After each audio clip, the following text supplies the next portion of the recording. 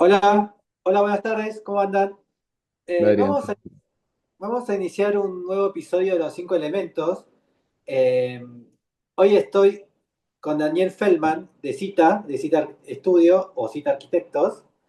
Él es colombiano, pero ahora está en Suecia, en Malmo. ¿Cómo andás? Bien, bien, Adrián, ¿tú cómo vas? Muy bien. Eh, Primero, ¿qué hace un colombiano en Noruega? Bueno, estoy en Suecia, no, En no, Suecia. ¿Qué hace un al lado de colombiano en Noruega. Suecia? Em, Acá esos detalles te los cobran.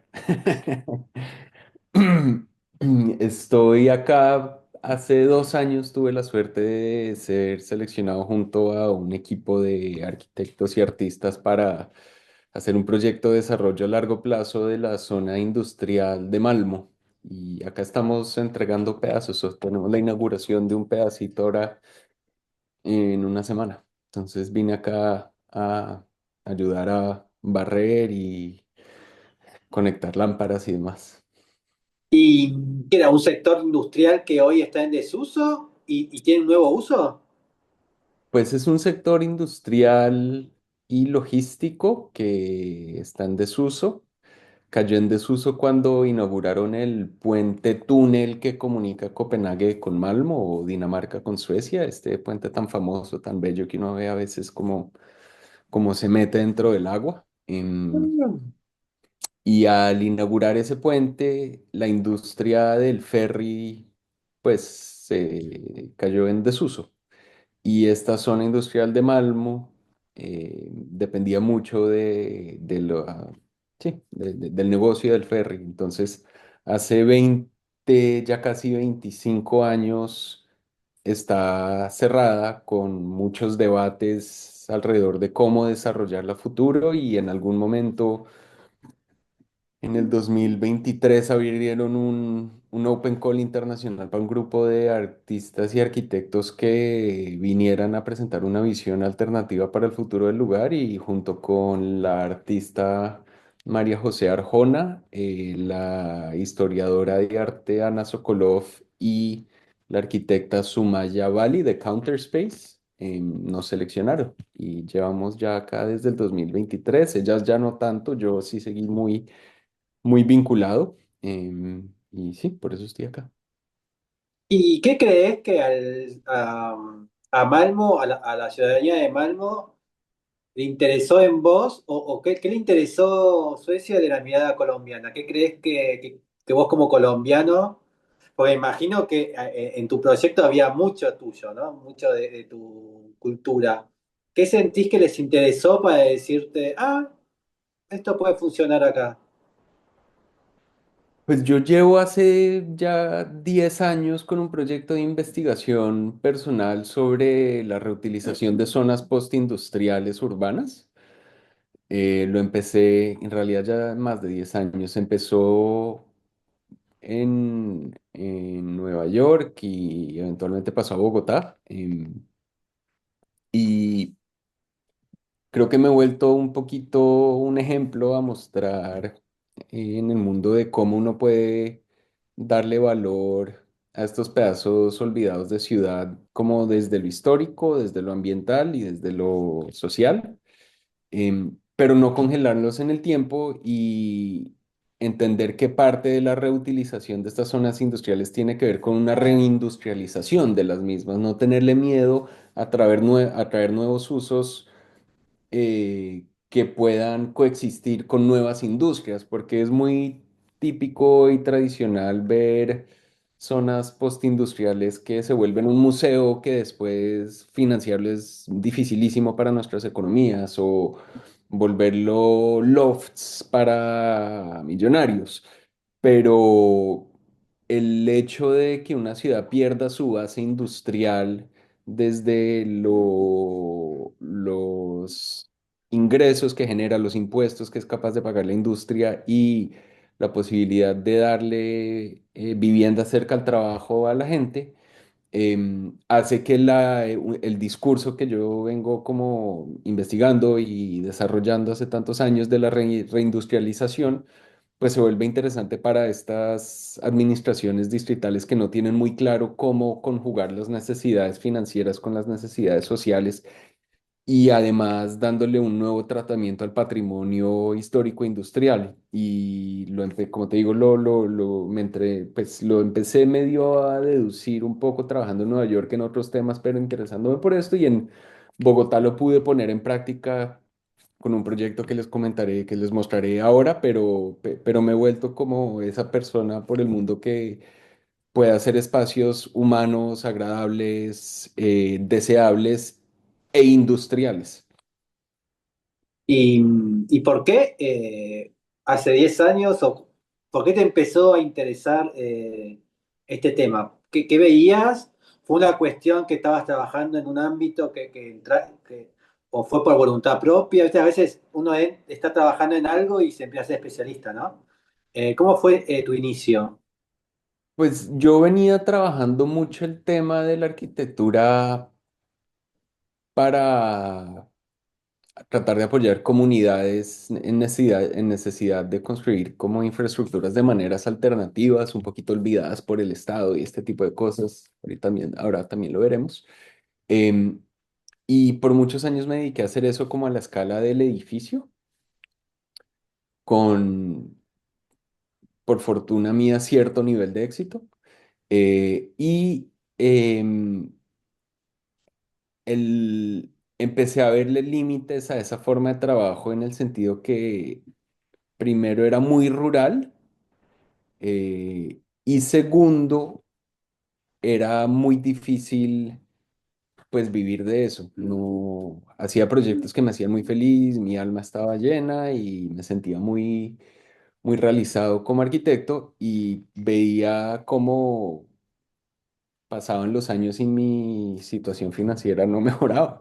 Y yo he sido un gran predicador de que como arquitectos no le debemos tener miedo a hacer dinero ni hablar de dinero. Y enfrenté la realidad que tenía que priorizar mi cuenta de ahorros al igual que mis objetivos de vida. Y traté de encontrar una manera de seguir siendo un arquitecto que trata de dedicarse a proyectos que adelantan el bien común, pero también entender cómo podría no necesariamente ponerme de último en fila siempre. Y en ese proceso de hallazgo del próximo paso que iba a dar, porque mi carrera ha tenido como dos capítulos, este capítulo de infraestructura rural muy a escala de arquitectura y este segundo capítulo que es un poco más urbano. En este proceso me encontré con, bueno, termino yendo a estudiar a Estados Unidos, por fortuna me dan una beca y estando allá empiezo a tener una relación muy estrecha con un arquitecto que se llama Raúl Mejotra, que es un señor indio, un arquitecto indio pues, muy brillante.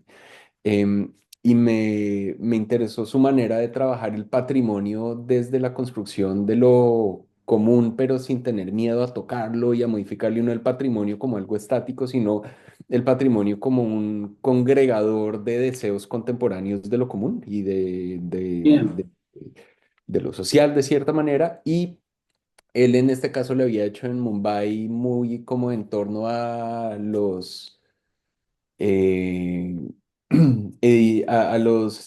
las edificaciones que quedaron de la colonia, que hoy en día son museos y demás. Él a sus 30 y pico años fue quien hizo todo el movimiento para darle un reuso a todas estas edificaciones de la colonia para el bien nacional y no el bien, digamos, de congelar este patrimonio. Y termino trabajando en Nueva York con un señor que estaba rehabilitando una fábrica, una cervecería antigua para darle nuevos usos en el norte de Harlem. Em, no lo hacía desde un interés social ni comunitario ni histórico, lo hacía muy como desde un interés de finca raíz pura y dura. Y en ese momento yo quería aprender de finca raíz, como te digo, nunca me ha molestado hablar de plata, siempre me ha parecido que está muy bien hablar de plata y preocuparse por. Y trabajando con él aprendí mucho del desarrollo de finca raíz, pero él sí estaba trabajando con estas piezas postindustriales que las tenía que cuidar porque la ciudad lo obligaba, no podía simplemente destruirlas y hacer renovación urbana desde cero. Em, y todo esto se conjuga con una realidad muy, muy personal mía y es que mis padres toda la vida tuvieron una pequeña edificación industrial en la zona industrial de Bogotá, donde yo desde muy pequeño fui a trabajar con mi hermana y mi mamá y mi papá y pues íbamos mucho a este sector y a mí siempre me impresionaba mucho el tamaño de este barrio. Em, y pasan los años y entro a estudiar arquitectura y descubro que este sector existe por el plan piloto que Le Corbusier hace para Bogotá. Y Ah, mira vos. como que se me vuelve un proyecto de investigación que empieza en el 2004. Yo desde el 2004 he estado tomándole fotos a la zona industrial de Bogotá que nadie sabía que era nadie, a nadie le importaba.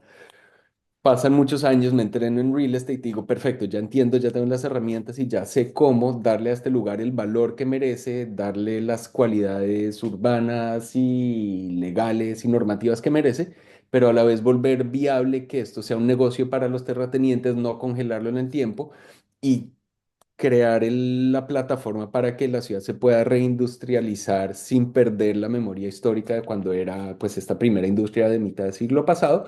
Y todo esto se conjuga y entonces ese proyecto terminó creando un proyecto para la zona industrial histórica de Bogotá sin que nadie me lo pidiera. Se lo presento a la alcaldía y tras muchos años de batallar por crear una zona industrial que cree usos mixtos, preservando su historia y no haciendo pues la típica renovación urbana de tumbar y hacer todo desde cero, ese proyecto hoy se volvió ley.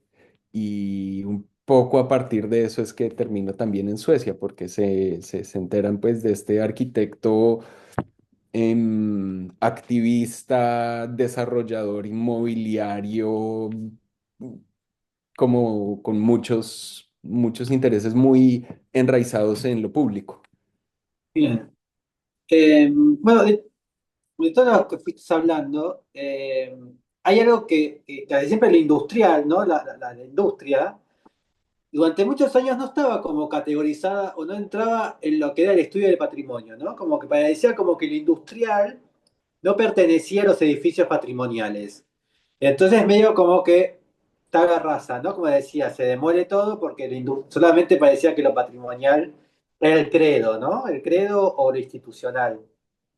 Y en realidad el trabajo también es patrimonio de la cultura nuestra, ¿no? Eh, bueno, y después, ahora el patrimonio en realidad parece como que está abriendo las etiquetas, ¿no? Como que ya patrimonio es intervenir, ¿no? ¿Vos creés que también creés que sos patrimonialista? ¿Cómo ves ahora esta nueva estructura del patrimonio? Como que el patrimonio es en realidad intervención sobre los edificios existentes. Eh, Mira, ¿Te considerarías que sos un patrimonialista también con, con tu trabajo? pues, sí, pero de la forma como yo veo el patrimonio. Sí, Entonces, que ha sido parte de los hallazgos bonitos de trabajar zonas postindustriales en Suecia y en Bogotá, porque en el fondo yo tengo la teoría que el patrimonio hoy en día de estos sectores es su huella de carbono. exacto. Ya no va Porque, más por la cuestión religiosa, el patrimonio. o seamos honestos, en Latinoamérica, si fue hecho por la colonia es patrimonio. ¿No? Entonces, o Sí, si fue hecho por un arquitecto importante que estudió en Europa y vino, nos trajo los hallazgos de Europa, es patrimonio. Pero hay muchos patrimonios anónimos que son muy difíciles de justificar bajo la normativa de que es patrimonio en nuestros países, en nuestros distritos. Por lo cual yo me he tratado de salir de esa lógica y entender el patrimonio como una inversión en huella de carbono que se hizo hace mucho tiempo y que tumbar esto para hacerla de nuevo sería infinitamente inviable desde el punto de vista ambiental. Em, Curiosamente, con esta justificación, tanto en Colombia como en Suecia he logrado salvar las zonas industriales, pero salvarlas no significa congelarlas en el tiempo y nunca volver a tocarlas. Salvarlas significa es trabajarlas, crecerlas, manipularlas. A mí, mucho de lo que me informa esta manera de ser patrimonialista fue un viaje que hice por fortuna, tuve la fortuna de ir a Roma en algún momento con un amigo arquitecto y me mostró un edificio que a él le encantaba, que era un edificio que la base era romana, después tenía dos pisos medievales, un piso renacentista y encima una expansión hecha en los ochentas y todos eran patrimonios. Y yo decía, pucha, Sí. o sea, el patrimonio no es la antigüedad ni el apellido, el patrimonio es una demostración de nuestro desarrollo como sociedad y lo peor que podemos hacer es ignorar la huella de carbono que está embebida dentro de todos estos patrimonios que vamos construyendo. Entonces, yo soy patrimonialista, pero en el sentido de sumarle capas al patrimonio, no de congelarlo. Y soy patrimonialista desde el punto de vista que me parece que no hace sentido tumbar un edificio de 5 pisos para hacer uno de 20. Por más de que probablemente pueda haber un argumento ambientalista por qué eso hace más sentido o no, pero yo creo que todo está muy tergiversado y son unos mercados muy locos. A mí me da rabia estar en reuniones en entornos políticos donde es considerado más ambientalmente correcto o da más bonos ambientales legislativamente utilizar un ladrillo nuevo con certificación LEED que utilizar un ladrillo viejo que se sacó de ese mismo lugar y se vuelve a emplear. Y es mejor negocio para el desarrollador utilizar un ladrillo traído de otro país con un certificado que un ladrillo que ya está en ese lugar y que termina yendo a un botadero. Entonces, yo creo que ese es el próximo paso del patrimonio que nosotros Mm. tenemos que dar, que es entender el patrimonio como huella de carbono y no como apellidos o épocas. Y también volver un poco a la lógica y al racionalismo, ¿no? Como decir, si tengo que traer, estoy en Suecia y tengo que traer un ladrillo de Italia porque ese está certificado, ahí hay algo del avión, del barco y del camión que no me está sumando, ¿no? Cuando lo tengo acá a media cuadra. Y de la estructura del negocio y de la construcción del entorno construido. O sea, ahí hay demasiadas fuerzas que no tenemos por qué aceptar. Mm, bien. Bueno, vamos a iniciar con la transmisión, así continuamos. Ahí vamos. Vamos a empezar con obra propia, ¿no? Eh, ¿Qué estamos viendo? Este es un proyecto que fue muy importante en mi carrera. Este es como el primer capítulo de mi carrera que fue muy enfocada al desarrollo de infraestructuras de maneras, pues, como alternativas en lugares rurales o periféricos urbanos. Este específicamente se llama el Centro de Desarrollo Infantil El Guadual. Em, Este lo hice con otro arquitecto que se llama Iván Darío Quiñones, mientras los dos trabajábamos en la oficina de la primera dama de Colombia. Em, Este fue un proyecto que nace en unas condiciones bastante atípicas porque em, tenía, yo tenía 2 años de haberme graduado de la universidad cuando hice ese proyecto. Y la razón por la cual ese proyecto acaba existiendo es porque yo al año de graduarme me gano la oportunidad de ir a construir un edificio en Brasil, en una favela de Río de Janeiro. En ese entonces me asocié con una arquitecta peruana increíble que se llama Elizabeth Añaños y en Brasil con Torsten Norte y Nanda Esques y terminamos haciendo la sede de la Copa Mundo de los habitantes de calle. Y este proyecto recibe cierto reconocimiento y media y todas estas cosas, pero sobre todo lo que ocurrió con ese proyecto es que yo me mudé a vivir en la favela para construirlo. Y mis papás estaban muy preocupados, que cómo se va a ir el niño a vivir allá, y yo muy obsesionado con que lo que yo quería hacer de mi vida era ir a estos entornos a trabajar en ellos. Y pues no solo mirar las favelas, sino participar en el desarrollo de las mismas. Em, ¿Y y cuánto tiempo viviste en la favela? viví un año. ¿Y vos? Y entonces Yo creé como en ese entonces un blog para que mis papás pudieran como seguir el proceso de obra y sobre todo darse cuenta que y a través de una serie de conexiones, la primera dama de Colombia ve ese blog y termina contactándome e invitándome a participar en su oficina. Era la primera dama, llevaba un año.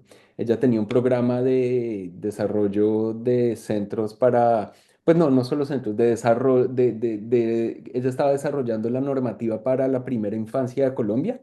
Y una de las cosas que quería hacer era infraestructuras de alta calidad, como demostrativas de lo que podría el Estado estar ofreciendo a su ciudadanía. Y me llama, Iván Darío ya estaba trabajando con ella, él le presenta esta información y me llaman para que sea como el arquitecto que lidere su oficina.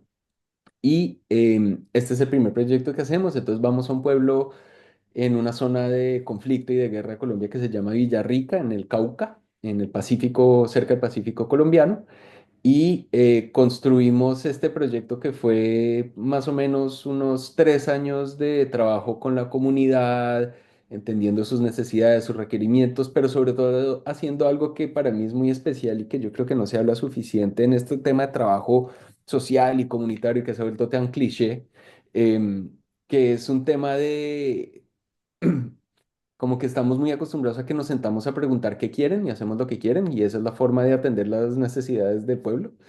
Y en este caso lo que nosotros hacíamos en estos proyectos, que fue un poco lo que pude también liderar en Brasil, todo partía de sentarnos a soñar con ellos, porque estas comunidades, cuando nos sentábamos a hablar con ellas y les pedíamos qué querían, o pues esta específicamente, nos decía, yo quiero un centro como el del pueblo vecino. Ellos allá tienen más plata, hicieron un centro, hagamos el mismo.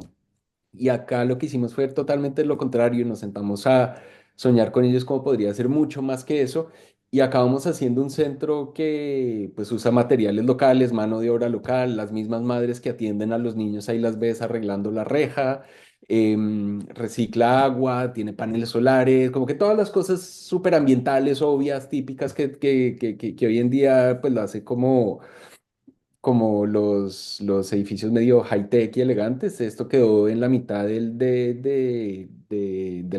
pues, de la zona del conflicto de Colombia, que a su vez tuvo para mí una enseñanza muy especial y es que yo no necesariamente estaba muy enfocado en diseño ambiental cuando hacía esto. Para mí el objetivo era mucho más social, de traerle alta calidad a lugares medio olvidados y abandonados, pero por su condición de conflicto, donde es difícil asegurar que tienen acceso al agua, a la energía, a materiales, a todas estas cosas, acabamos resolviendo que el mejor diseño era probablemente pues, uno que fuera autosuficiente y por ende sostenible, pero es sostenible por necesidad, no por diseño. Y fue como una enseñanza muy especial en este proceso. Acabamos al final del día en esa oficina, hicimos más de 30 centros por todo el país. Este en especial fue, yo creo, uno de los más afortunados. Algunos no quedaron tan bien, otros quedaron muy bien. Este fue de los más afortunados y me llevó pues a poder abrir muchas puertas académicas, institucionales y de reconocimiento internacional que pues para mí fue pues muy especial. Pero salgo de ahí como con un deseo de crecer en escala, de darle valor de tratar de seguir como con esta misionalidad de ser un arquitecto que crea formas alternativas y entornos construidos de apoyo a grupos sociales que de pronto no tienen una voz tan fuerte. Y cuando trato de mirar eso desde lo urbano, me choqué con muchos muros. Era muy difícil para mí no estar haciendo arquitectura con un cliente que busca un retorno. Y yo creo que a muchos nos pasa, ¿no?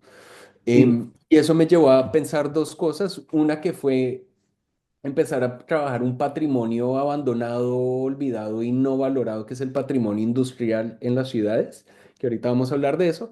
Y lo segundo que me llevó fue a interesarme por el negocio del entorno construido y el negocio de arquitectura y ser desarrollador inmobiliario. ¿Por qué no? Si no consigo un cliente que me gusta, pues de pronto tratar de crear las condiciones para eso, que es algo a lo que me dedico mucho hoy en día, que es a gestionar proyectos desde la finca raíz, pero la que me gusta. Y en todas estas encontré este proyecto que vas a ver ahora, que es un proyecto en la ciudad de Malmö, en Suecia, donde hoy paso mucho tiempo, que le hizo una pareja de arquitectos que tienen 42 y 43 años hoy en día. Su oficina es Fostberg Link. Mm. Recomiendo que los busquen, son unos absolutos genios y son unos genios que diseñan muy bien, como se pueden dar cuenta en esta foto, pero además hacen el desarrollo inmobiliario de esto, la construcción de esto, el mercadeo de esto, y hoy en día son sus más grandes clientes ellos mismos, pero tienen unos estándares absolutamente espectaculares. Este es un Uh, proyecto que se llama 12 casas, 12 houses. Como te digo, lo construyeron ellos mismos. Uno de ellos vive en una de las casas incluso. Se ha ganado todos los premios de arquitectura de Europa, se ganó el MIE, se ganó el no sé qué, se ganó el no sé qué, un reconocimiento absoluto, un proyecto sencillito, básico, 12 casas en ladrillo con interiores en madera, sin lujo, sin nada, con una espacialidad absolutamente espectacular, con una lógica de patios comunes al interior, de jardines de comida comunes, absolutamente austero, escandinavo, bello. Fueron quienes más plata sacaron de hacer este ejercicio, no solo el reconocimiento arquitectónico, sino que establecieron como una estructura financiera que les soporta en su trabajo y que para mí es muy inspirador ver cómo uno puede no solo diseñar grandes espacios, sino animarse a desarrollarlos y hacer la parte difícil también. Mirá acá el ladrillo hueco como incluso esta línea, ¿no? Como lo desplazó hasta estos pequeños detalles, ¿no? Son muy No, bonitos. tú no te imaginas lo que es visitar este proyecto, es absolutamente bello. Em, Y se nota que fue hecho a mano, que fue pensado. No es como un proyecto para darle a un desarrollador para que lo haga con su cuadrilla. Fue una cosa que ellos de entrada sabían que lo tenían que hacer ellos mismos. Y yo creo que es obvio. O sea, estos detalles nadie te los hace, solo los haces tú mismo si tú estás a cargo de resolverlos. Sí, Y son o muy incluso básicos, ¿no? este pequeño tramado, ¿no? Es Tiene que muy ser hermoso. muy prolijo para que quede bien esto, ¿no? Como muy atento. Mucho, tienes que saber a dónde empieza cada fila de ladrillos, el traslapo de cuántos centímetros es, no les ves juntas de concreto gruesas, no es que No, todo resuelven engordando y adelgazando el concreto o el mortero, los módulos de paneles de madera son bellísimos, em, son unos sí, espacios súper adecuados, justos, porque también tenían que salir a comercializarlos, ¿no? No podían hacer cosas que fueran difíciles de vender, pero a su vez fue completamente radical y único cuando lo hicieron. Entienden que el lujo más grande es el espacio. El material claro, cualquier lo puede cambiar, pero la espacialidad que tú defines no es fácil de cambiar a futuro. Puedes de pronto mover un esto, muro, pero estos volúmenes, estas dobles alturas, el tamaño de la ventana, el tamaño del corredor, las relaciones entre espacios, eso no lo puedes cambiar con mármol. no, Y eso es un ejercicio que yo trato de hacer en mi práctica y que lo vengo haciendo desde que hacía estos proyectos en la ruralidad, que es definir uno mismo el lujo, que el lujo no sea la definición que te da el mercado o que te da la revista. Y creo que eso es parte de lo que es especial de gestionar sus propios proyectos, que uno mismo define el nivel de lujo que uno le quiere dar y cuál va a ser el lujo en qué va a invertir el dinero para poder después salir a mercadear estos proyectos. Y estos lo hicieron muy bien, porque en realidad el gran lujo de este proyecto es la espacialidad y la relación con el exterior a partir de unos ventanales impresionantes y unos materiales muy puros, no sé, es muy bello. Y encontrarme con un par de personajes de mi edad con quien somos amigos y salimos a almorzar y que ellos sean los promotores, los desarrolladores de principio a fin de algo así, me hace pensar que esto es algo que nuestra profesión debería estar como intentando replicar. Probablemente más que las grandes torres de desarrolladores como con esas tonterías que vemos por el mundo. Me acuerdo hace muchos años sentirme inspirado también por Andamio Faiden, que son uno de ellos también desarrollan sus cosas y lo hacen muy bien. Y hay algunos de estos ejemplos por el mundo. En Colombia también está este Santiago, Sebastián Serna y Santiago Pradilla. Ellos también desarrollan sus cosas y no escatiminan en el detalle, lo hacen bien. Y este es un gran ejemplo para mí de donde yo creo que la profesión tiene que ir, que es a volvernos arquitectos a cargo de la totalidad del proyecto. ¿Estos son locales? Como locales a la vez. No, no, no, no, no, es que aparte son genios porque salen a mercadear el proyecto y le ofrecen a los que querían comprar si quieren un garaje o un cuarto adicional. Ah, pensé que eran como unos locales No, era para los coches y entonces era una de las opciones que les daban, que siempre pensamos que para poder vender un apartamento toca tener a dónde guardar el coche. Es como la gran teoría de los desarrolladores, que si no tienen dónde, si no tiene parqueos o estacionamientos no lo puedes vender. No tienen un estacionamiento en este proyecto y todos tuvieron derecho a elegir estacionamiento y prefirieron más espacio. Es una gran enseñanza. Y ahí ¿a dónde volvemos ahora? ¿A dónde Acá vamos? nos fuimos al dibujo. Muy bien. Entonces, este es un dibujo que fue la siguiente tarea que me pusiste y este dibujo es el plan piloto que Le Corbusier hace para Bogotá en el año 51. Em, Dios, sí, nadie lo sabe. Yo siempre he dicho que este es el hijo bastardo de Le Corbusier en Latinoamérica. sí, no Eh, sabía que había trabajado en Bogotá. No, no, No, no. muy poquita gente lo sabe. Te puedo dar un poco de la historia más humana del por qué. Y es que se acaba la Segunda Guerra Mundial y Le Corbusier, como todos los grandes europeos, estaban pues tristes y sin trabajo en la posguerra. Y sale el concurso para hacer el edificio de las Naciones Unidas en Nueva York. Eh, Le Corbusier participa en ese concurso, aunque no se lo gana. Pero se vuelve muy amigo del embajador de Colombia ante Naciones Unidas. Y en estas, el embajador logra convencer a la Universidad Nacional de Bogotá que invite a Le Corbusier a dar unas conferencias sobre el futuro de las ciudades. Y Le Corbusier va a Bogotá, da sus conferencias y termina siendo contratado para hacer el plan piloto para Bogotá, para Medellín y para una ciudad pequeña en el Pacífico que se llama Tumaco. Eh, Ninguno de estos planes se llevan a cabo, en realidad, pero lo que es muy bello es que este es el plan para la Bogotá del 1,5 millones de personas. Toda la teoría de la ciudad del 1,5 millones de personas que él desarrolla con sus villas graduadas y todos estos temas para Europa, hace una para Bogotá, una para Medellín, una para Tumaco, existen en los planes. Eh, Nuestras ciudades latinoamericanas crecen de una manera exponencial, no crecen a la velocidad que podemos desarrollar esto, entonces en el año 50, Le Corbusier, 53 creo, 51, 53, se entrega el proyecto finalizado. Para el año 70 ya estábamos como en 3 millones de personas. O sea, fue completamente inviable el plan al punto de que una vez que lo termina, como a los 2 años, se le entrega este plan a Joseph Louis Sert y Sert y otro lo reformulan y lo cambian y todo cambia y el plan no se lleva a cabo. Sin embargo, hubo un pedacito que alcanzó a llevarse a cabo de una manera alternativa, que es la zona roja que ves que señalo como zona industrial histórica. sí. Ese pedacito sí alcanza a llevarse a cabo, pero no se lleva a cabo por Le Corbusier necesariamente, se lleva a cabo porque el eje que tú ves en el centro de ese polígono, como la línea más gruesa, que esto básicamente es una línea que va casi, el plano está con el este hacia arriba, no está con el norte hacia arriba, entonces esa línea conecta el este con el oeste.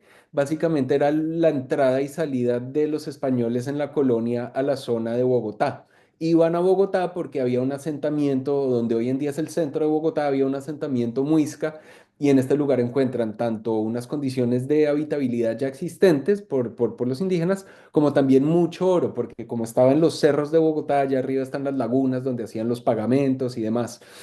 Entonces, desde la colonia los españoles entraban y salían por esta vía.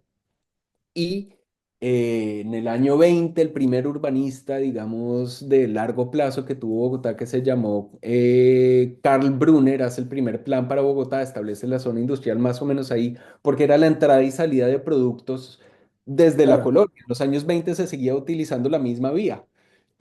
Y Le Corbusier, cuando lo invitan en el año 50 para hacer el plan piloto de Bogotá, reconoce esto, lo consolida de una manera diferente, pero esta pequeña zona industrial histórica de Bogotá se vuelve la primera zona industrial real que desarrolla la ciudad y es hoy en día el lugar donde tenemos la acumulación más grande de edificaciones industriales de mitad del siglo pasado de altísima factura arquitectónica, completamente subutilizadas, algunas en desuso, algunas cerradas, pero todavía ahí porque la ciudad cambió, evolucionó, creció, expandió, se explotó.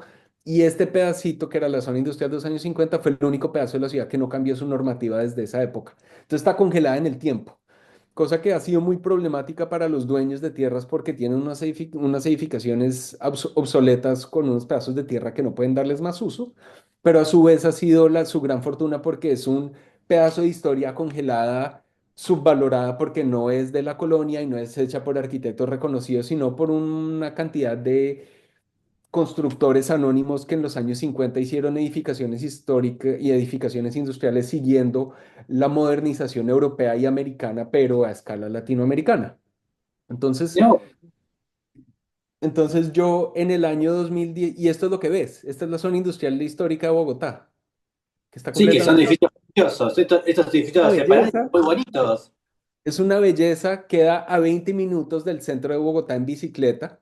Y está abandonada, nadie la toca, nadie la mira, nadie sabe de ella de cierta manera, o pues nadie sabía, porque yo en el 2004 empecé a tomarle fotos y en el 2014 empecé a estructurar un proyecto para crear pues hice una investigación muy profunda del lugar, pero también una alternativa, una forma para desarrollar esto de una manera alternativa que no fuera esperar a que la ciudad le cambiara su norma, borraran todo e hicieran desarrollo inmobiliario puro y duro como hacen en toda la ciudad, que es pues un poco triste con su historia y con sus legados de construcción de todas partes. Entonces, em, creé una cosa que llamé SIBO, que es Zona Industrial Bogotá, lo brandeé, ¿no? Le volví un branding tipo como hacen estos genios neoyorquinos que a todos los barrios les ponen un nombre sexy, lo sacan y lo brandean. Yo venía de trabajar en Nueva York en zonas postindustriales en Harlem un par de años y dije, bueno, voy a crear el proyecto Bogotá. Nadie me lo pidió, fue un proyecto no solicitado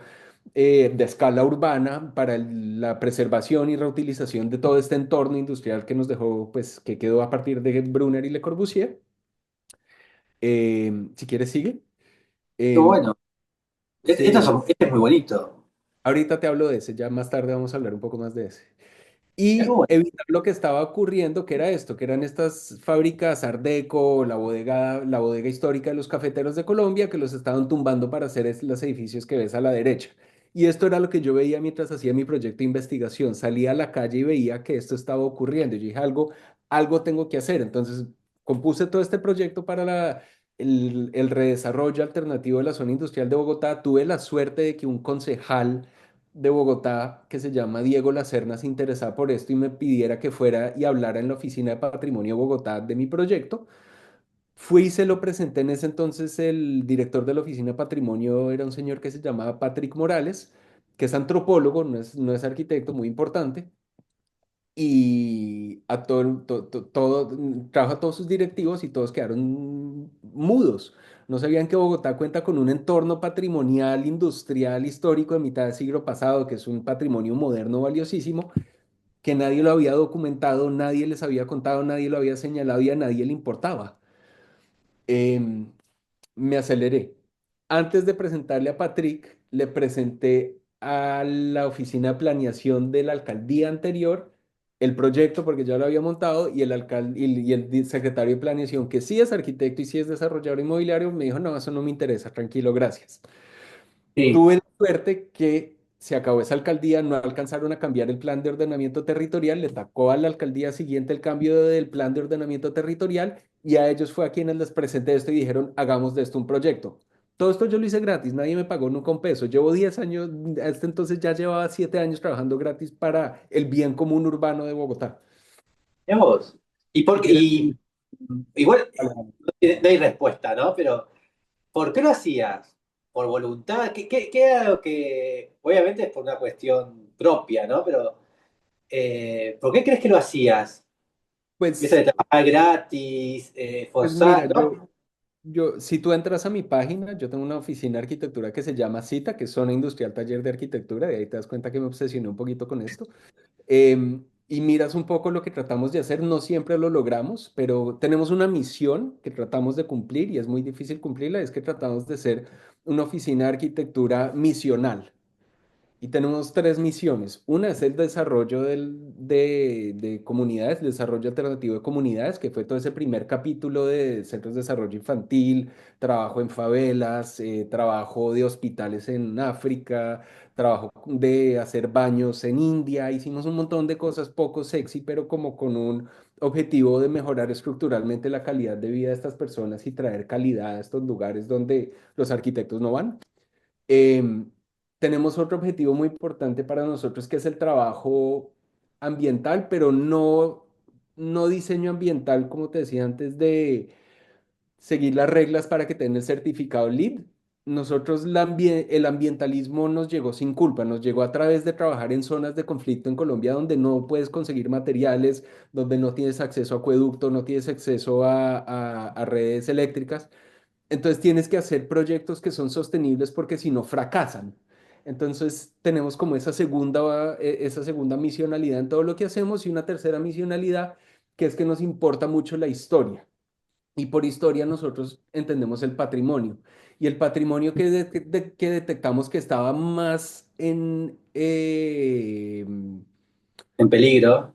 más en peligro fue este patrimonio industrial de la zona industrial histórica de Bogotá y decidimos adoptarlo. Y adoptamos un barrio entero sin que nadie nos pidiera y nadie nos pagara y decidimos crearle una narrativa, una historia, una investigación, una visión para su futuro y salir a venderlo. Y no solo Oh, eso, sino que cuando salimos a venderlo y nadie nos lo compró, nos volvimos su primer cliente, que ahorita te voy a contar, pero acá puedes ver un qué poco bien. los apartes de la investigación que hicimos para el futuro de Bogotá. De nuevo, esto es como un proyecto de diseño y planeación urbana y desarrollo inmobiliario que nadie nos pidió y nadie le interesó, donde hicimos muchísimos análisis de por qué este lugar debería valorarse de la manera que lo estamos proponiendo, reutilizando las bases, trayendo nuevos usos, reindustrializándolo, creándole densidades, pero con normas que hiciera el patrimonio mejor negocio preservarlo que tumbarlo, que eso es algo que los patrimonialistas no han podido entender, o por lo menos aquellos con los que yo trabajaba, y es que si uno crea incentivos para el patrimonio se vuelve algo bueno para el dueño del patrimonio. Hoy en día el patrimonio es un problema para el dueño porque no puede hacer nada con él. Claro. Em, y creé este proyecto que se llama SIBO, que es una estrategia para el desarrollo futuro de la zona industrial histórica de Bogotá por medio de un esquema de patrimonios para su desarrollo humano e histórico, o pues históricamente sensible. Interesante, bueno, acá estamos viéndonos una verde institucional, lógica, y qué bueno que es Logística. este concepto que se ha puesto inactivo, ¿no? Porque es Pues bastante importante ese punto, ¿no? Porque pues, que siempre uno, bueno, pero, ¿por qué te interesó el concepto inactivo? Remarcarlo tanto y aparte el negro. porque es lo que más había en ese momento y es lo que más y es la mejor oportunidad para el mercado inmobiliario. Entonces, como te das cuenta, a mí yo no odio a los desarrolladores inmobiliarios. De hecho, parte de lo que me parece interesante de la zona industrial de Bogotá es que es donde se puede desarrollar más fácilmente la ciudad porque son lotes grandes, los dueños son industriales, entonces no es un tema de gentrificación y desplazamiento, sino que es fácil hacer negocios y acuerdos y llevar a cabo proyectos. Entonces, cuando uno habla de la zona industrial de Bogotá, la gente dice, no, eso está abandonado y creen que cuando uno llega allá las bodegas se están cayendo y nadie sabe nada y están invadidas. No, están inactivas, pero el dueño la cuida, tiene a alguien mirándola, tiene la luz prendida por la noche, simplemente no pasa nada porque la industria se fue hace muchos años. La industria ya ni siquiera cabe en este lugar.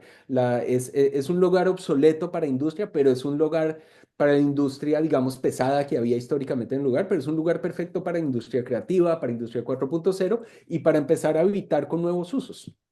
Además, otra cosa que a veces la gente dice, bueno, una zona industrial, pero la zona industrial es la que está mejor equipada con infraestructura, tiene buenos caminos, buenas llegadas, tiene electricidad, cloacas, pluviales, Y tiene todo normalmente, que sí, posiblemente otros barrios no los tienen, los de vivienda. y probablemente tienen más de lo que necesitan, por lo cual hoy en día generar espacio público es muy fácil, Claro, porque lo que pasa en esta zona industrial, por ejemplo, las vías eran una B3 de las de Le Corbusier. Él ahí puso B3, que eran vías que tienen 2,5 metros de andén o de espacio peatonal en cada lado, y en el medio una vía de 9 metros, porque el radio de giro de los camiones en ese entonces era 4,5 metros. Entonces eran dos carriles con radios de giros de 4,5 metros. Hoy en día el radio de giro es de 3,5 metros, por lo cual tú te puedes ganar 1 metro en cada lado de espacio público hoy ya sin hacer nada. Puedes hoy sembrar caminos enteros de árboles y la funcionalidad del lugar no se afecta. Acá en medio lo estás marcando con estas líneas verdes ¿Saben? de césped Puedes hacer ciclocarriles, puedes actualizar la infraestructura sin tener que arrancar desde cero, que es lo que suele pasar en el resto de la ciudad. y con Entonces, espacio, aparte, con en espacio términos disponible de de, calidad. Entonces esto fue lo que creé, que se llamó SIBO, Zona Industrial de Bogotá, que era un proyecto de desarrollo urbano sostenible por medio de la utilización creativa de incentivos para promover la preservación activa, espacios verdes y mezcla de usos que compondrían el Distrito Histórico Industrial de Bogotá. 2014, me invento esto. Entonces se lo presento a la alcaldía, no les interesa, y yo digo, bueno, si esto en serio es una buena idea y un buen proyecto, pues yo voy a ser el primero que lo haga.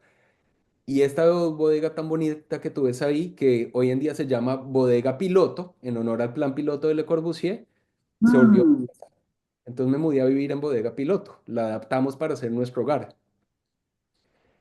sí, Eh, sí.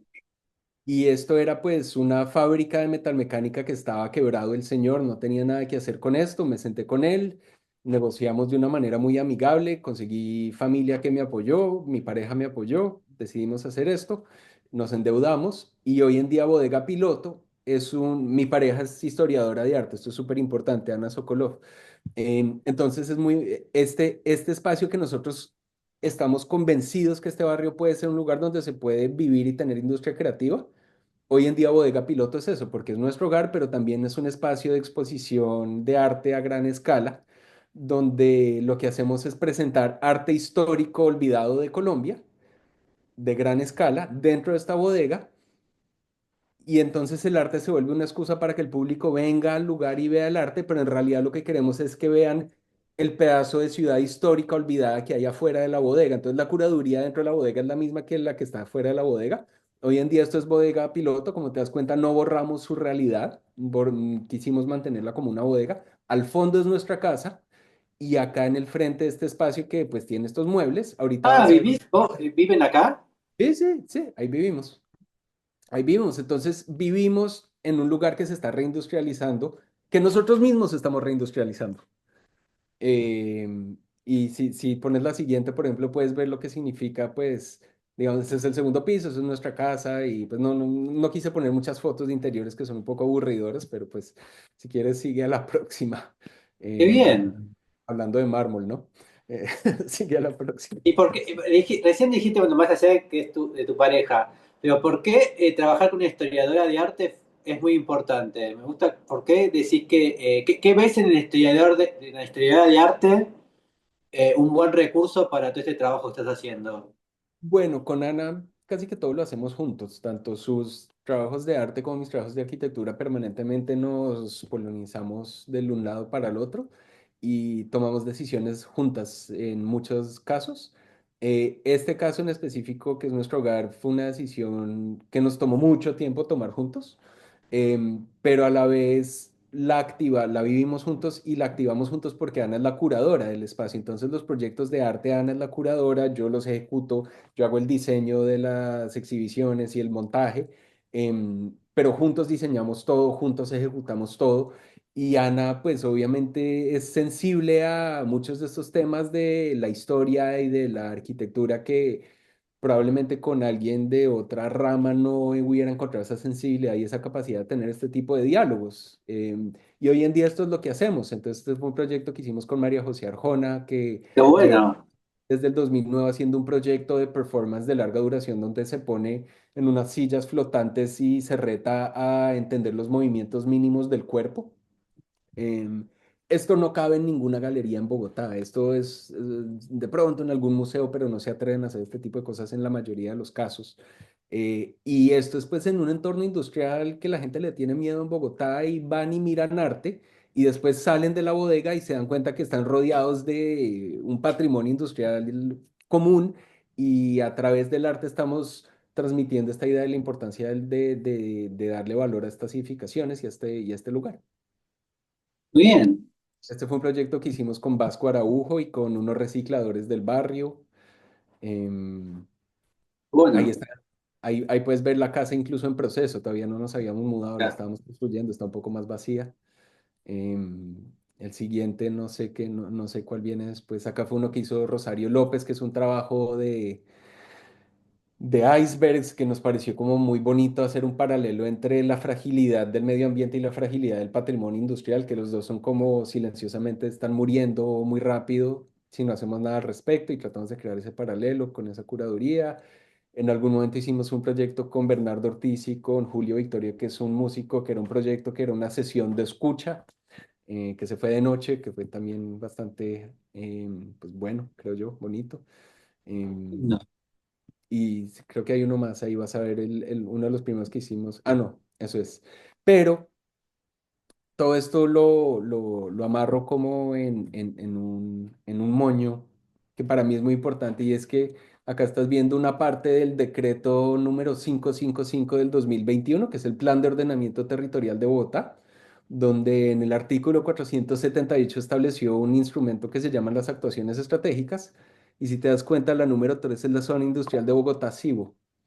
Mm. Que eso para mí fue un logro impresionante después de 10 años que este proyecto que me inventé, que a nadie le importaba, se basó en una idea de valorar y rescatar el patrimonio industrial de un lugar y presentaba un proyecto de diseño urbano que lo que quería era crear las condiciones para que desarrolladores vinieran, pero sobre todo para que la ciudad no perdiera este patrimonio y que se hiciera una ciudad amena, humana y para los ciudadanos que no perdieran este patrimonio.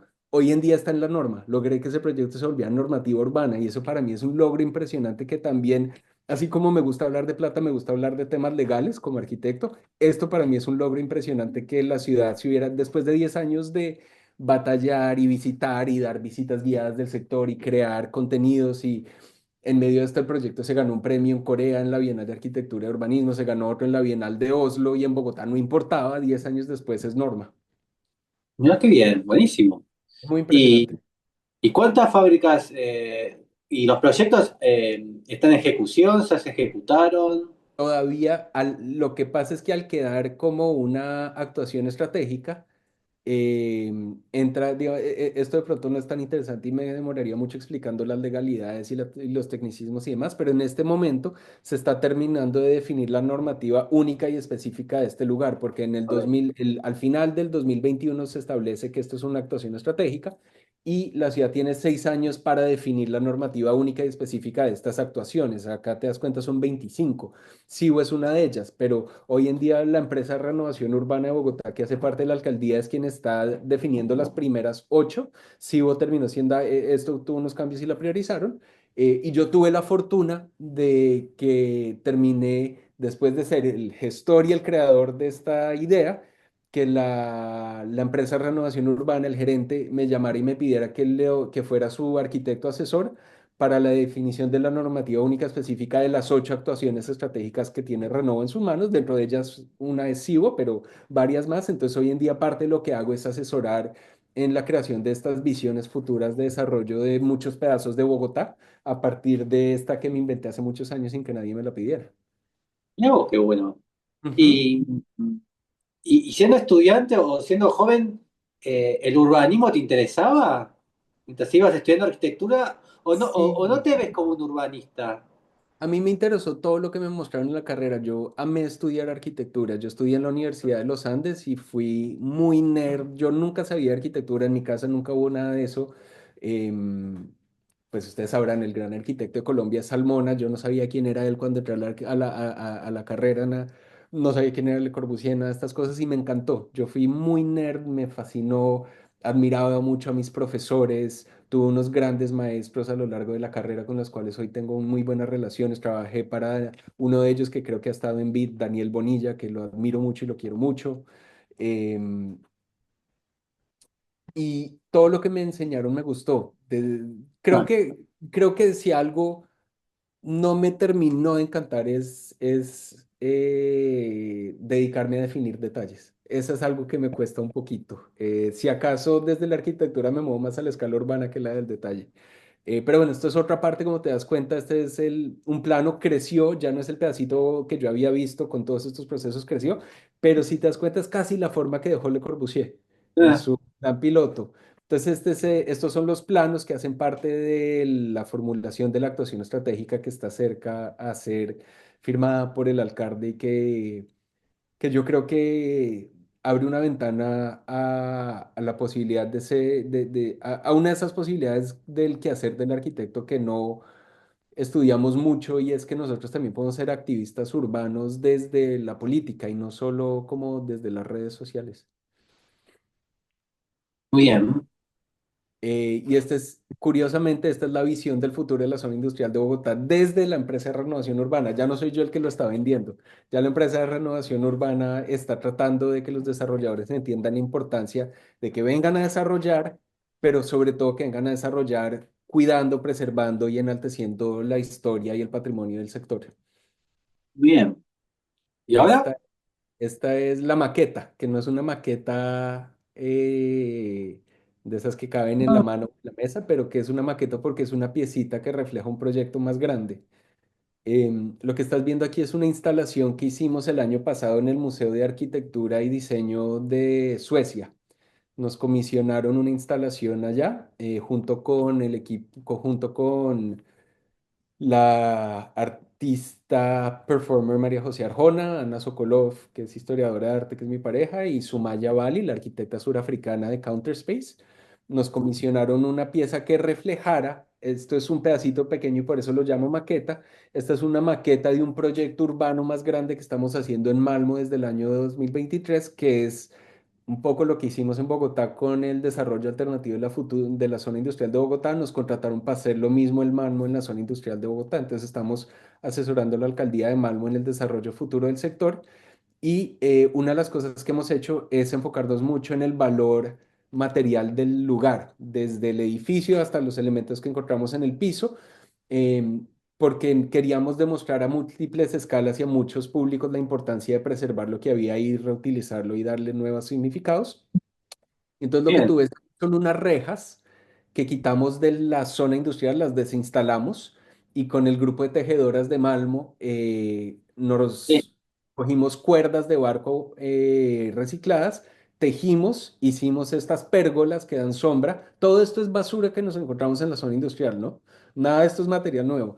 Y unos perfiles metálicos, las cadenas son nuevas, que eso fue como un tema estructural, pero en la base son unos de estos elementos de concreto que se utilizan para controlar el tráfico cuando hay obras, que sí. estaban también abandonados. Hicimos unas bancas que el espaldar es cuerda de barco y ¿Dónde estás? las rejas que encerraban el lugar que las iban a botar, exacto, eso, sí, ahorita los vas a ver un poco mejor. Pero todo esto fue la reutilización de la basura que encontrábamos en la zona industrial de Malmo y la desenrejada de la misma, la apertura de la misma. Entonces estamos simplemente reutilizando todos los materiales del sector porque mucho del discurso que nosotros estamos ofreciéndole a la ciudad de Malmo es que reutilizara su zona industrial, que no la tumbara para hacer algo nuevo, sino que todo lo que había ahí tenía un valor y una manera de ser reutilizado que no necesariamente va en contra de un nuevo uso, de que lleguen nuevos desarrollos, de que lleguen nuevos negocios, nuevas construcciones, nuevas oportunidades de vivienda y demás, pero que sobre todo entendamos el valor y el patrimonio que hay en el carbono, en la huella de carbono embebida en todos sus materiales. Entonces, este es como un prototipo, queremos decir nosotros, de lo que podría ser reutilizar edificios, acá reutilizar elementos abandonados que se consideran basura. Muchas veces, tristemente, el desarrollo de las ciudades considera basura estos legados patrimoniales industriales que creen que no tienen valor. Y este es el plan maestro que hicimos para el desarrollo futuro de esta zona que se llama Nyhamnen, que traduce a nuevo puerto, New Harbor, Nyhamnen, y que cuando nos pidieron el plan maestro para el futuro del sector, en vez de hacer un plan maestro urbanístico con calles, con zonas, con metros cuadrados, con edificios, lo que hicimos fue un plan de activación rápida, con 17 acciones urbanas que podríamos hacer, que va desde un festival de cometas hasta construir un bosque, a utilizar rampas obsoletas de carros para hacer teatros, utilizar muelles para convertirlos en calles flotantes con mercados flotantes, em, traer animales al lugar a través de una nueva reverdización y paisajismos nuevos y demás. em, y acciones artísticas con el viento, crear miradores, pero darle uso real y válido a todos estos como elementos abandonados de la zona postindustrial que mucha gente ve como basura.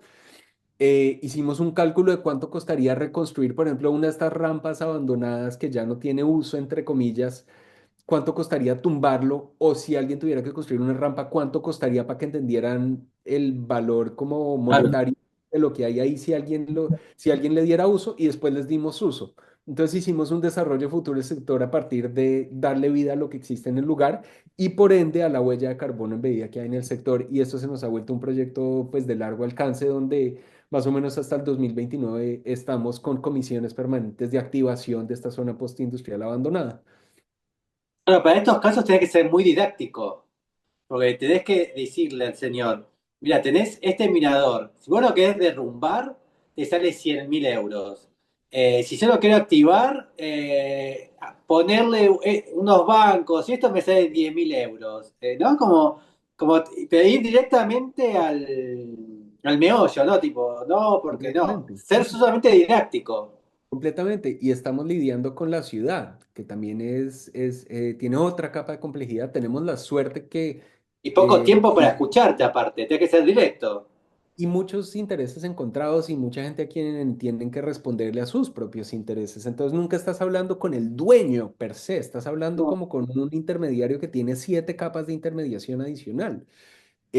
Tenemos la suerte que quien nos contrató para este proyecto, que fue un Open Call internacional, fue algo, uno aprende mucho cuando sale de sus países y ve cómo funcionan otros sistemas. Entonces, en este caso, quienes nos contrataron fue la ciudad de Malmo, en asocio con el Museo de Arquitectura y Diseño de Estocolmo, que se llama ArcDes, y una asociación que hay en Malmo de creación de árboles. Y ellos tres nos contrataron para hacer esto. Entonces, estábamos permanentemente conscientes que a futuro va a haber un desarrollo inmobiliario y que tiene que darse, pero hay un entretanto en el cual podemos definir todo lo público antes de que llegue ese desarrollo inmobiliario para que cuando llegue ya esto sea un sector que la gente quiere y le gusta y quiere estar ahí y no volverse todos estos temas de gentrificación y expulsión y todas esas cosas que son como tan desagradables.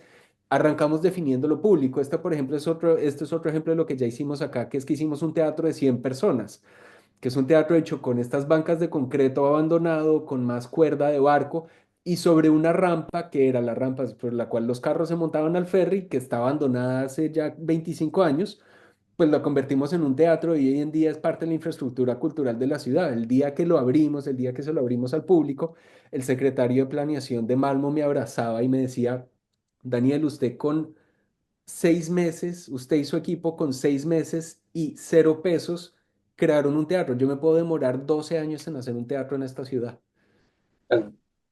Em, y estos son, pues, sobre todo mensajes de cómo se puede desarrollar el futuro del sector, porque esto a gran escala también lo podríamos hacer y ojalá se haga.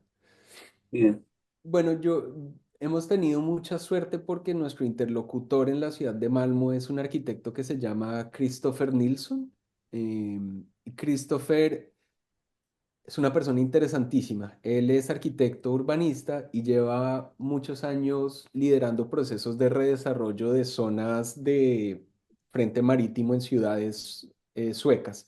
Lo hizo en Helsingborgo, lo hizo en Gotemburgo, ahora lo está haciendo en Malmo. Y él todos los proyectos los arranca desde una teoría que él desarrolló, que es la teoría del urbanismo a través del prototipo.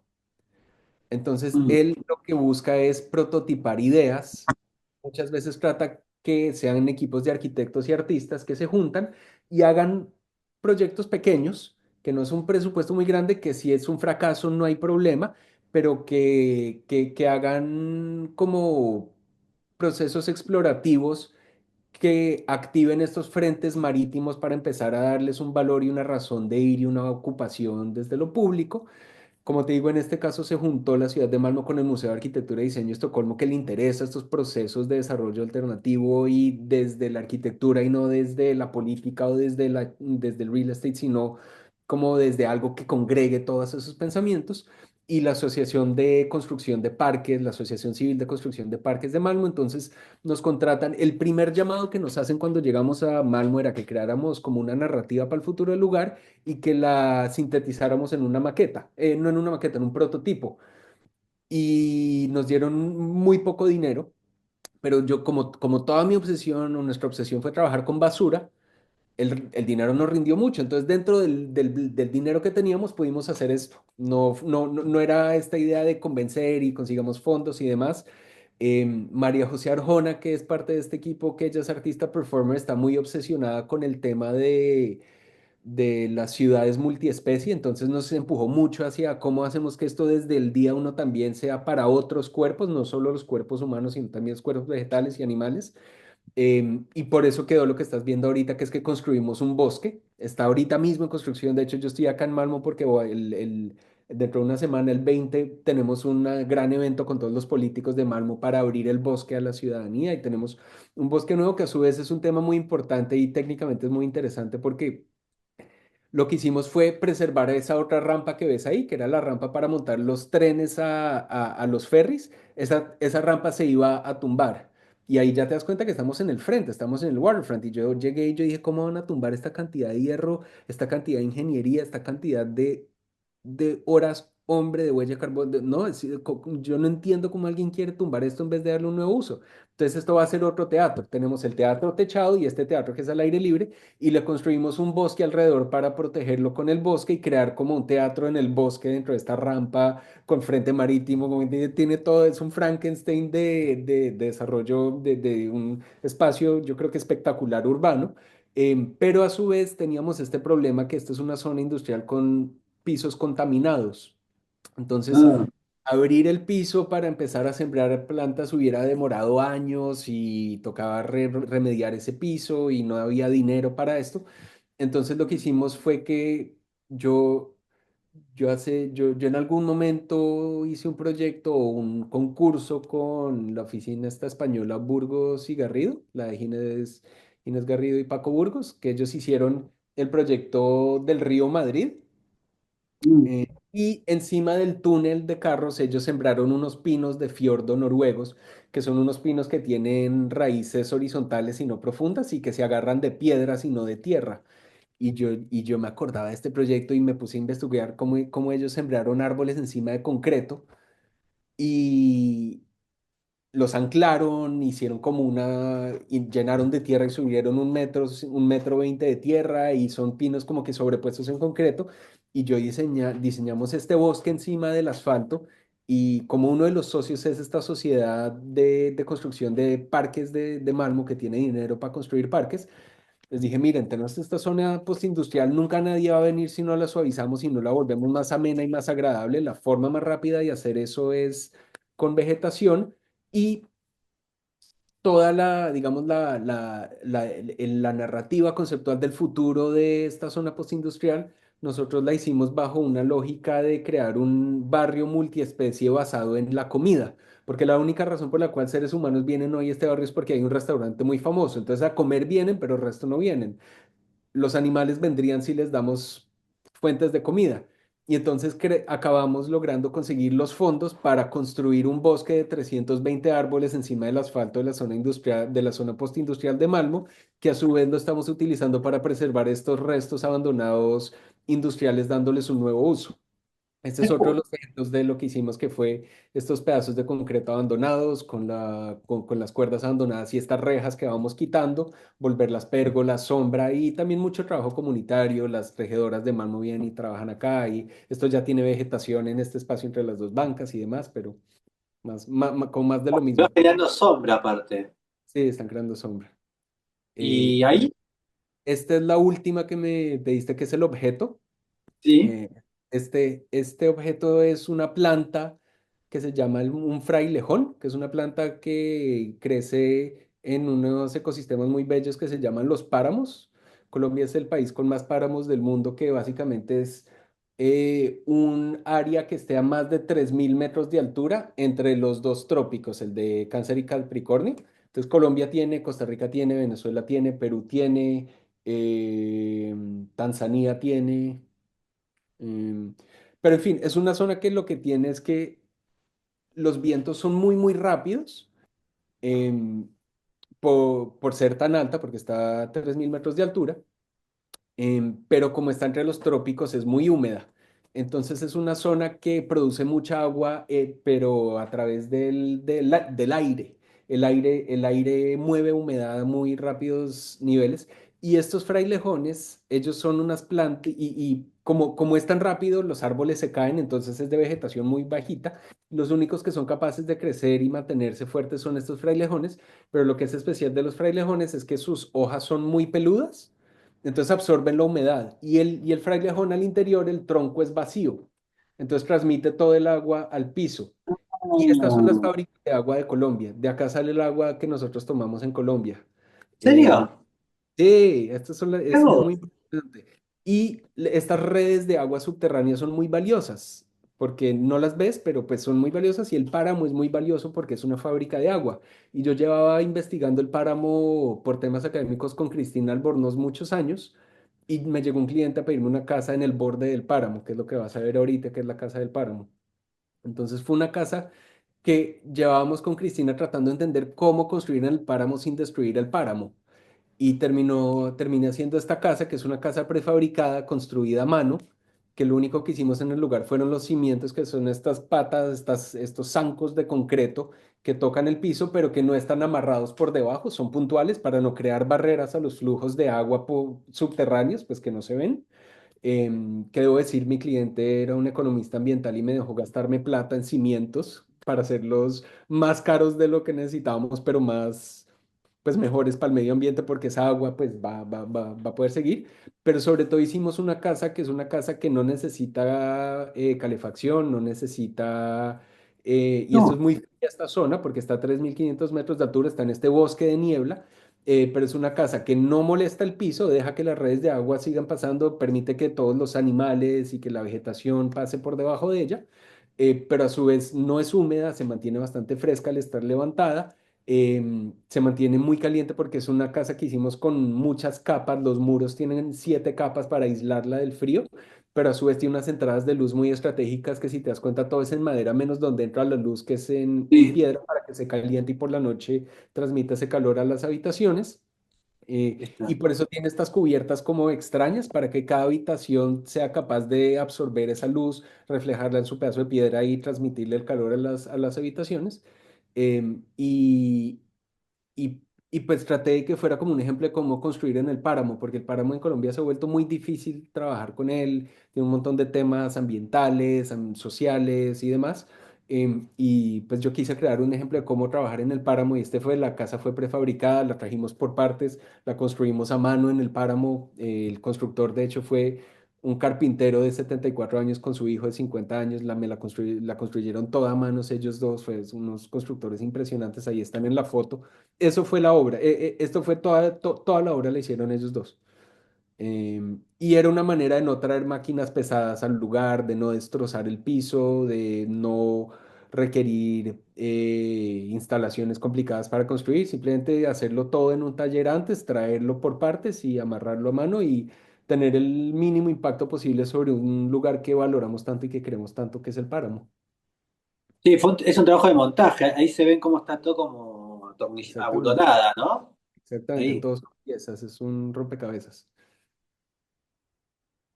Y 7 capas tiene ese cerramiento Sí, sí. para que el aire vaya calentándose, Que el aire enfriándose. vaya, que se ventile, que no sea muy fría, como todos estos temas como el Passive House, como alemán, pero pues hecho a la colombiana que tratamos. Todo con estos paneles de ahí, Esos madera. paneles son, esos paneles son una de las capas, pero esos paneles lo que tiene interesante es que es un OSB estructural, entonces funciona tanto como muro como diafragma estructural, porque si te das cuenta, los pórticos no tienen nada amarrándolos en el sentido No. transversal, es una serie de pórticos sueltos. Entonces toda la fachada es un diafragma estructural que amarra este sistema de pórticos. Bueno, ya terminamos. Y ahora, entonces, ¿ahora estás solamente con el trabajo en Malmo o a su vez tenés otros trabajos? Bueno, estoy asesorando a la empresa de renovación urbana de Bogotá, con muchas partes de Bogotá. Estoy también asesorando aquí en Malmo. Yo tengo, parte de lo que yo hago es ser inversionista y desarrollar bodegas ahí en la zona industrial, pero no a edificios grandes, sino que las cojo y les doy un nuevo uso. Entonces hay otra bodega que la utilizamos para estudios de artista, que eso fue otro proyecto que yo hice y yo mismo los comercializo. Entonces yo también hago la administración y manejo de propiedades, que es un trabajo muy poco sexy. eh, Tengo que resolver goteras, tengo que arreglar timbres, como todas esas cosas también las hago en el día a día y tengo, pues, he aprendido mucho a cómo construir yo y yo mismo resolver los problemas y no estar esperando siempre que alguien venga. Entonces, pues tengo como un trabajo de administrador de edificios que es muy poco sexy, pero que me llena mucho emocionalmente.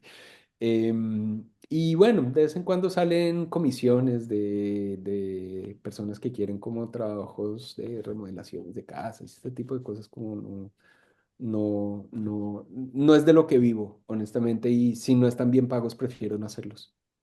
¿Y, y, y en Suecia estás solamente con este trabajo o tenés otros trabajos también allá? En Suecia solo tengo este trabajo en este momento. Doy clases también entre Suecia, en Bogotá y demás, pero como trabajos o sea, como la firma Cita solo tiene este proyecto, que pues es un proyecto de 10 años pues, de la zona industrial. Entonces, como que nos mantiene ocupados y felices y venimos varias veces al año a Suecia, que emocionalmente a mí me llena mucho. Me encanta venir acá. O qué es lo que te gusta de qué te gusta de vivir en la ciudad? Eh, a mí me gusta el acceso a instituciones, me gusta estar cerca de gente, me gusta estar rodeado de un entorno construido, me gusta ver qué pensó un ser humano y lo llevó a cabo. Es como muy interesante la ciudad, no sé, eso es una... Me gusta la infraestructura, me gusta como los túneles, me gustan los sistemas de agua, como que admiro mucho el hecho que pudimos hacer esto y existir en esto. Tiene muchas condiciones tiene muchas posibilidades de mejorarse. Me encanta ver perros. Yo amo salir a la ciudad a ver dónde hay perros. Es como una de mis fascinaciones. Em, No, eh, así que bueno, muchísimas gracias y nos veremos en cualquier momento. Ojalá que sí. Muchas gracias a ti, Chao, Daria. de Chao. nada, un gusto.